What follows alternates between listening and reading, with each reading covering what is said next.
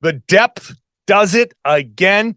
Boston Celtics get huge performances from everybody not named Jayson Tatum. But I think Jayson Tatum had a great game, and the rebounding was key, almost as important as the three-pointers. I'm talking about it all right now on the Locked On Celtics podcast. Be ever ready. Recognize the city of champs. Boston, baby, we do what you can't. Locked on number 18, Tatum and Brown, J-team, step back. We gon' wet that and slay teams. Of course, the Celtics, who else could it be? Screaming like KG with the Larry O.B. Karalis above average, assessing the team status. Best daily pod, no cap, salary matching. Clutch like Bird the DJ, keep John on replay. Prime time, dapping up the truth on the sideline. Raining J's, how it started, raising banners, how we finished. Locked on Celtics pod, home of the winners. B. Hey there, welcome back to the Locked On Celtics podcast, right here on the Locked On Podcast Network, where it's your team every day, and I'm here for you every day with a free, fresh podcast dropped directly to your device if you're a subscriber. So make sure you're subscribed wherever you get your podcast. You can also watch the show on YouTube. Hop into the comments section there. There's a lot of good conversation going in there. You don't have to be on social media to have a good conversation about the Celtics. You can just do it right in the Locked On Celtics YouTube comments. Growing community there. I'm John Karalis, former professional basketball player. Now I cover the Celtics for Boston Sports Journal. I've written a book called Boston Celtics All-Time All-Stars. I'm also hosting a live Q&A conversation with Kendrick Perkins at the Armory in Somerville, February 21st. Buy your tickets at the Armory's website. I believe it's $40. You get in. It's you get a book. You get the conversation with me and Perk, and then you get to ask questions. So it's going to be a fun night there at the Armory in Somerville. Boston Celtics 119-109 winners over the Memphis Grizzlies. Later on, I'll talk about Jayson Tatum, who had a good game, but a bad shooting night. I'll talk about why this was actually a really good Tatum game. I'll get into some of the individual performances in the second segment, including Peyton Pritchard, Derrick White, a lot of great, I think, performances throughout the course of this game. The depth of this team is really, really on display. Absolutely amazing how far down the bench you can go and get good performances from everybody. I hope, if nothing else, that this shows Joe Mazzulla that you don't have to play Jayson Tatum 39 minutes to win games. You don't have to do it. You can just go and play him a normal amount and just rely on the depth that you have, because I think a lot of these players have proven that they can play and that they should play. And, he played 38 minutes in this game, but you can get away with playing him a little bit less when you're fully healthy, because you can throw Jaylen Brown out there. You can have other guys that aren't playing right now that are, put them out there in situations and just give Tatum a couple extra minutes off the bench. I mean, on the bench, I should say, and let him just kind of rest a little bit. And then you can ramp him up again later. But anyway, the depth of this team is incredible. 9 guys played. 1, 2, 3, 4. Yeah, 9 guys played. 8 guys in double figures. That's incredible. It's just an incredible overall performance. And the 2 guys who scored over 20, neither of them are Jayson Tatum. Derrick White, 23. Sam Hauser, 20 points. What a great performance from those guys. This game, if there was ever a 3s are greater than 2s type of game, if there's ever a game where Joe Mazzulla's, hey, I want as many 3s as we can get mentality is proven right, it's this game. The Memphis Grizzlies outscored the Celtics 60-34 points in the paint, but the Celtics outscored Memphis 63-36 from 3. So points in the paint is exactly what the Memphis Grizzlies are known for. They attack. They're very, very aggressive. But the Celtics, with their 3-point shooting, and they shot 41.2% in this game. This game right here shows you exactly why there's such an emphasis on the 3-pointer. Today's show is brought to you by LinkedIn. LinkedIn Jobs helps you find qualified candidates that you want to talk to faster. Post your job for free at linkedin.com/lockedonnba. The Celtics were +1. If you just did points in the paint versus 3-pointers, Celtics were +1. Their 3-point shooting has come back big time. Remember before, I like the progression of the way this team has played. They started out super hot in the beginning of the season. So everybody was hitting everything. And then they hit a lull. And then they started to learn how to win without the 3-point shooting. And now they're playing the kind of game where they're playing a little bit of that. Still, we can win without the 3-point shooting, but now the shots are also falling. So they're doing the other things that are super important to winning, including rebounding, which, as much as the 3-pointers are the obvious, and I can't sit here and say something else was more important than the 3-point shooting, but the rebounding was probably as important as the 3-point shooting, especially in the fourth quarter. The Celtics' offensive rebounding in the fourth quarter was huge. So they had 14 offensive rebounds. All right. Robert Williams had 5. Grant Williams had 3. In the fourth quarter, Grant Williams, all 3 offensive rebounds in that fourth quarter. Grant Williams, 2 of his 5 in that fourth quarter. 5 offensive rebounds to no offensive rebounds for the Memphis Grizzlies. This is, to me, where the Celtics really were able to win this game, because they added extra possessions. They had 13 second chance points. 7 of them were in the fourth quarter.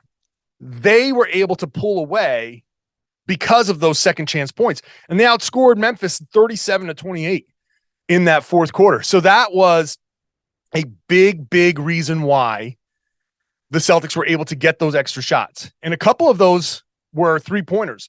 So of the 7 3-pointers that they hit in the fourth quarter, which is just an outrageous number, 7 3-pointers in a quarter is a lot. A lot of those opportunities were because of second chance points. And not only that, there were missed 3-pointers. So the Celtics got offensive rebounds and got 3-point opportunities that they missed. So they hit a couple of those 7 were because of second chances, but probably I think it was 4 or 5 of the 15 3-point attempts that they took were because of second chances. So the Celtics were able to get 22 shots up in the fourth quarter compared to Memphis's 18. And that's just part of how you close out a game.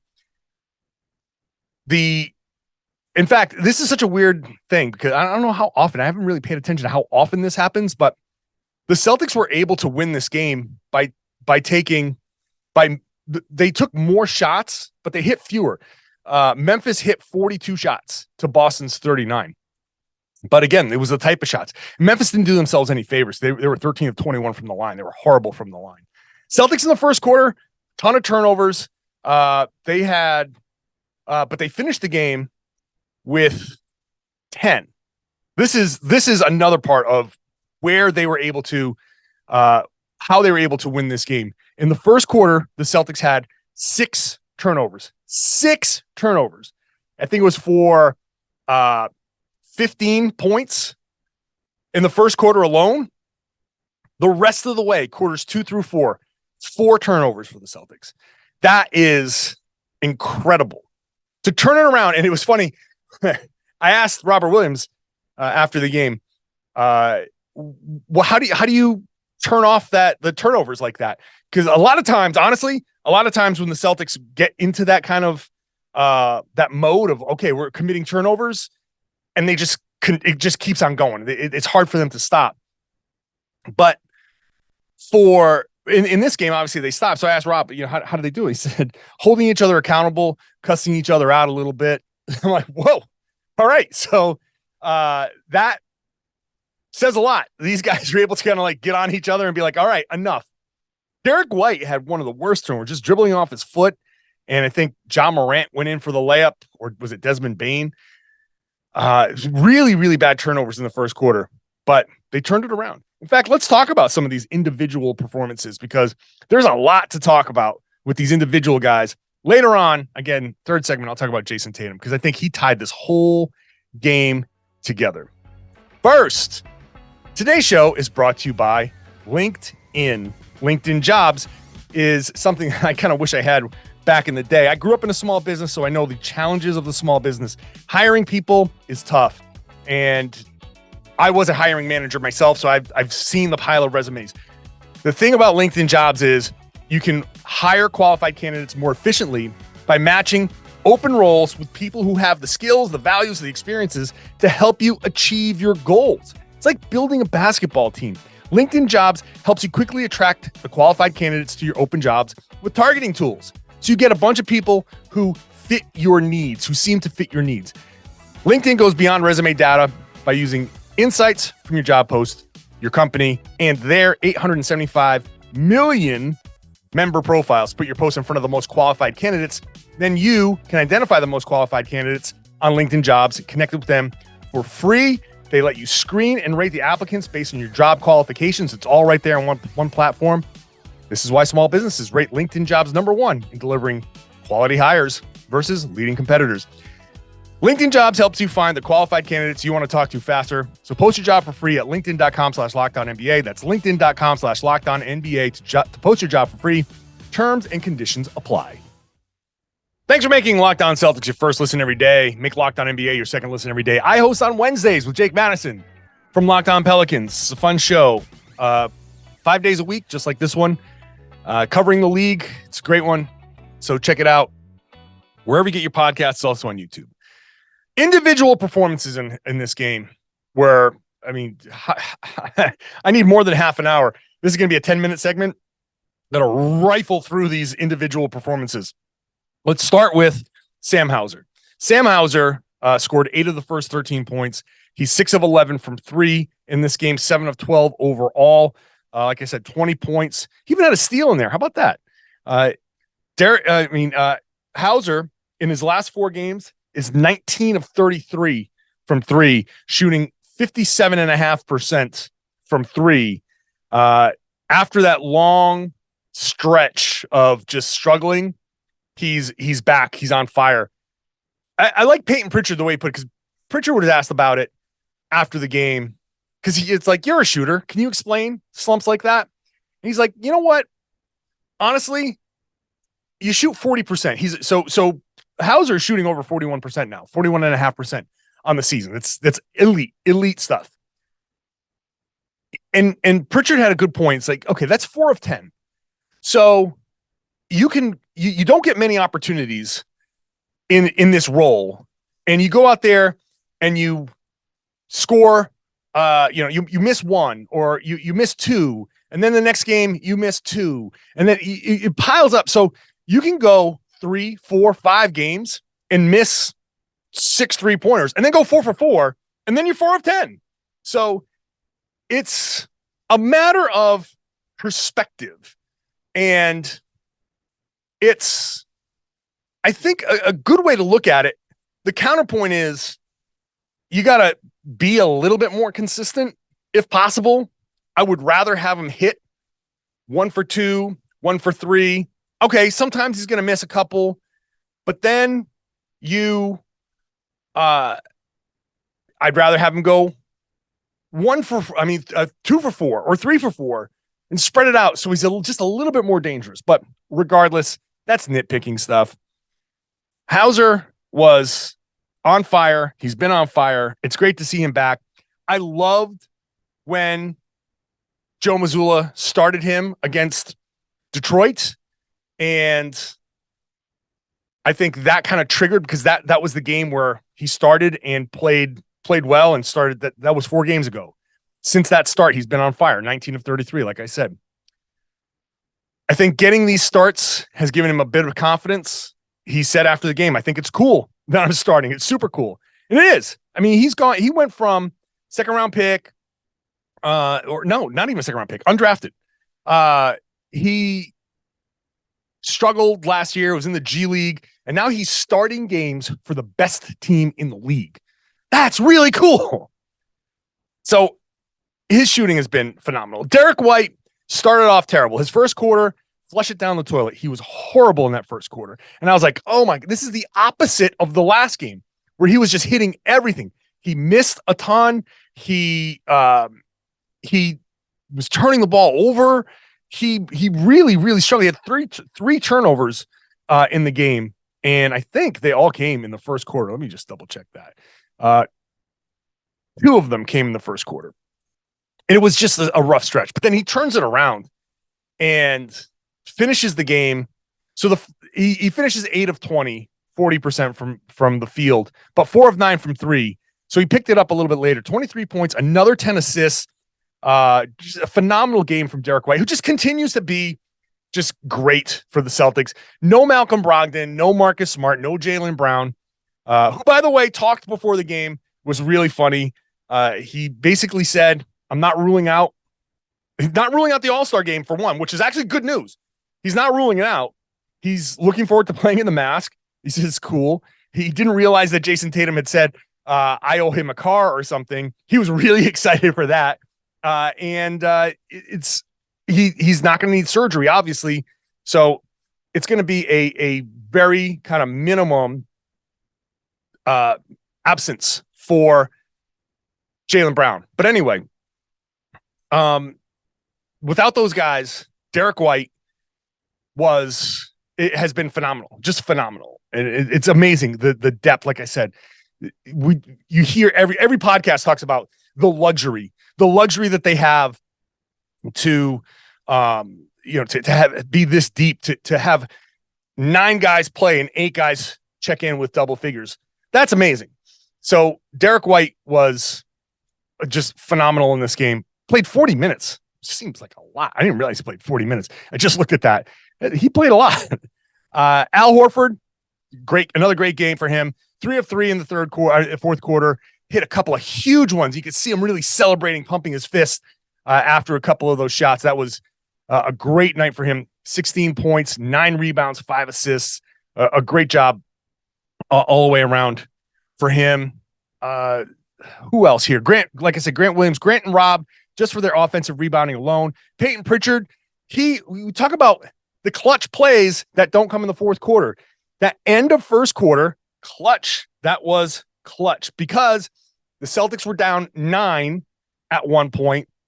He comes in and has a stretch at the end where he assists on a three-pointer and hits two three-pointers himself. Celtics go into the second quarter only down 2. You don't hit those shots, maybe Memphis goes and if you turn it over or if you miss and they run off of the miss, maybe they put up a couple more shots and it becomes second quarter, you're going into it down 9, down 11, down 13. Entire dynamic of this game changes. The entire thing changes. So Pritchard at the end of the first quarter was great and did exactly what you want Peyton Pritchard to do. Comes in, energy, and I'll talk more tomorrow about Peyton Pritchard and his I don't even want to say trade. Did he request a trade? But that whole situation, I think him playing through all of this is actually really, really impressive. I think that he has shown some real mental toughness, and I'm on Peyton's side with all of this. I think that I understand exactly where he's coming from. I think he's just, of course he wants to get playing time and opportunities and stuff like that. So it's an interesting situation. We'll talk about that more tomorrow. And I got to mention Mike Muscala, who comes in 4 of 7 from the field, 2 of 5. So 40% shooting from 3, grabs 5 rebounds, 10 and 5. Once again, here's a guy. You had Justin Jackson sitting there. He wouldn't have played in this game, or probably, probably would not have played in this game. But here comes Muscala, comes in, plays 17 minutes, and is firing away, baby. 10 points, 5 rebounds. Nice performance from him. I really thought he was really good. Celtics, like I said, deep team, man. Deep team. All right, Jayson Tatum. I didn't talk about Jayson Tatum. 16 points, 3 of 16 shooting, 1 of 8 from 3. 16 points, 7 rebounds, 3 assists, 2 steals, 2 blocks, 3 turnovers. You say, okay, that's whatever. Off night for Jayson Tatum. No, you know what? Not an off night for Jayson Tatum. I think Jayson Tatum played pretty well. Joe Mazzulla agrees with me, and I'm going to talk all about that next. First, today's show brought to you by FanDuel. We are at the midpoint of the NBA season for the Celtics. Hopefully it's the midpoint of the season. This was game 56, 57. That's right about the middle point of a deep playoff run. So now's the perfect time to download FanDuel, America's #1 sportsbook. New customers, you get a no-sweat first bet up to $1,000. That's bonus bets back if your first bet doesn't win. Just download the FanDuel Sports app. It's safe, secure, super easy to use. You can bet on everything from the money line to point scorers, threes drained. You got all kinds of options for on FanDuel.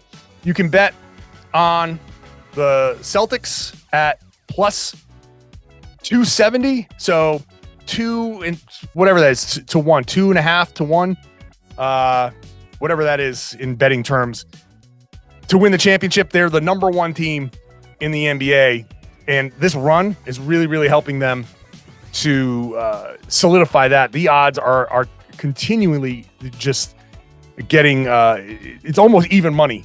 So many people are betting on the Celtics. So go down to download the FanDuel app. It even lets you combine your bets for a chance at bigger payout with the same game parlays. Don't miss your chance to get your no-sweat first bet of up to $1,000 in bonus bets when you go to FanDuel.com/lockedon. That's FanDuel.com/lockedon to learn more. Make every moment more with FanDuel. It's the official sports betting partner of the NBA. Please gamble responsibly. Hey, congrats to everybody who's rooting for the Kansas City Chiefs. You guys get another Super Bowl win. Good for you guys. That's nice. Personally, growing up in New England, could never root for anything Philly. Can't. No offense, people from Philly. If anybody here is a Philly Eagles fan and a Celtics fan, I want to know how I thought Philly and Boston are just like butting heads. I don't know how you can do two dual, but I don't know. But whatever. Congratulations, KC. All right, Jayson Tatum. I ran down his stats before, but I thought he had actually a pretty good game. He just didn't hit shots. Dylan Brooks defended him really, really well. I mean, they were very physical with him. They were throwing multiple bodies at him. They were being physical. They were hitting him. He was not settled for. He took a bunch of floaters. Like, he couldn't get all the way to the rim as often as he wanted. He tried to draw a bunch of fouls. He got to the line 12 times, but I'm sure he felt like he could have gotten to the line like 20 times. But all that being said, that stat line doesn't come close to really telling you the impact of what Jayson Tatum did in this game. I'll read you the quote from Joe Mazzulla. He says, Tatum's not going to get enough credit for the way he played, and he's constantly being judged by the results. But I thought last game he had 41. He did a good job scoring. 2 of the last 3 games, he's done an amazing job of managing the game. He's managing the game by continuing to play defense, managing the game by involving himself, but not looking to score and making the right play. Superstars don't get the credit they deserve when they do that, and so credit to him. I think that allows our guys to play with confidence, and it makes our team even harder to guard. That is 100% absolutely true. That is, I couldn't have said it better myself, but I'm going to keep talking and try. I think when Tatum is having an off day, right, shooting, or maybe the defense is forcing him into tough shots and he's just not making them, that is, this game shows what he can be as a creator and what he can do that doesn't show up in the box score, which is draw defenders, which is move the ball. The one thing he didn't do is, as Joe said, he didn't insert himself into this fourth quarter. He didn't say, hey, it's Tatum time. It's time for me to put on my cape and go. That's not what he did. In fact, his usage rate this season is about 33%. So usage rate is percentage of plays that directly involve a particular player. So in 33% of Boston's plays, he's either finishing it with, on offense, a shot, an assist, a turnover, something. He's ending the play somehow. He's using the play. So, and it's not it's not a 100% scale. So two guys can end the play. Jayson Tatum can have an assist to Grant Williams, and they both end the play. So his usage rate, you don't add up all usage rates and go, well, this is way over 100%. It's just when they're on the floor, the percentage of plays that he uses. In this game, his usage rate was down to about 27%. So about a 5% drop. So he backed off and used about 5% fewer plays. So he's doing other things. In the fourth quarter, his usage rate, 10.5%. Only 10.5% of the plays in the fourth quarter were used by Tatum via assist or shot. And the Celtics outscored the Grizzlies 37-28 in the fourth quarter. The Celtics put up 37 points in the fourth quarter with Tatum taking 10.5% of the plays. The usage went to Derrick White, Al Horford, Grant Williams. The only person with a lower usage rate in the fourth quarter was Mike Muscala. Basically didn't touch the ball in 2 minutes. That's it. Tatum was able to occupy the defense, move the ball, play defense, grab rebounds, kick it ahead. I'm very curious once the numbers are all counted and all of the tracking stats are accumulated, because it takes a little while for all of that to be put together. But how many secondary assists he had and the number of passes that he made. He did a lot of other things while, Peyton Pritchard was running the offense and Derrick White was running the offense. The Celtics were able to close out this game without Tatum and without Tatum dominating it. It's a really important thing to see, because now if you're proving to the rest of the league that against the second best defensive team in the NBA, that you can go out there and guard Jayson Tatum. And if Jaylen Brown is out, if he's hurt or if he's in foul trouble, and you're like, oh, Jayson Tatum's the only guy on the floor. Well, Tatum's going to be like, yeah, sure, no problem. I'll give it up. I'll just stand over here. I'll occupy a few guys. I'll occupy a lot of attention. And we'll go watch these guys take care of it. Yeah, go ahead. Derrick, you got it. All these other guys, they got it. So he played well. He played good basketball. I talk about listening to the game, and a lot of, I think Brad Stevens mentioned it earlier this year.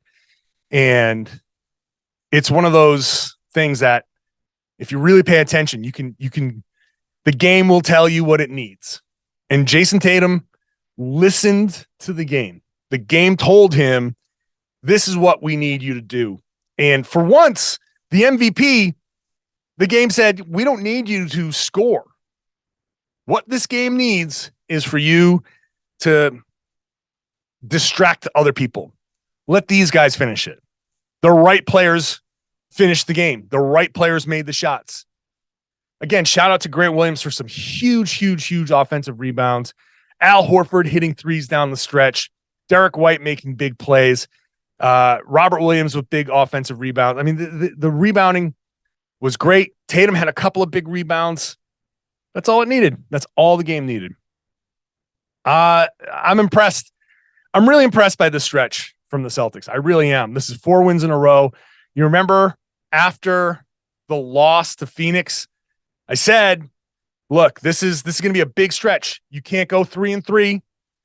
4-2 is going to be tough. And now here you are. I said they needed to beat. I talked about Milwaukee. Memphis would be nice. They needed to beat Philly. Well, they got 2 of the 3. Now let's see what they do Tuesday night in Milwaukee. That's going to be a tough game. That's going to be one where I don't know if the depth is going to matter as much, but we'll see. We'll see. Like, at first glance, you can say, well, hey, it would be an understandable loss if there's still no Smart. Obviously, there will be no Jaylen, and if there's still no Brogdon, then you say that's going to be tough against the Bucks. But this depth has shown it can win. It can beat good teams. Just did it, and see if they could do it again. Lots coming up this week. Still a 5-day week even with the All-Star break. So make sure you're subscribed. I will have full week of podcasts for you. And you can watch the show on YouTube if you'd like. Lots of good conversation going on in the comment section. I love seeing the threads starting to happen, people going back and forth with each other. It's a good time in the YouTube comments. I know that sounds counterintuitive, but it's actually a good time in this Locked On Celtics page. So go subscribe to that and share the podcast. Tell your friends, tell your family, tell everybody. They should be listening to and watching the Locked On Celtics podcast right here in the Locked On Podcast Network, your team every day.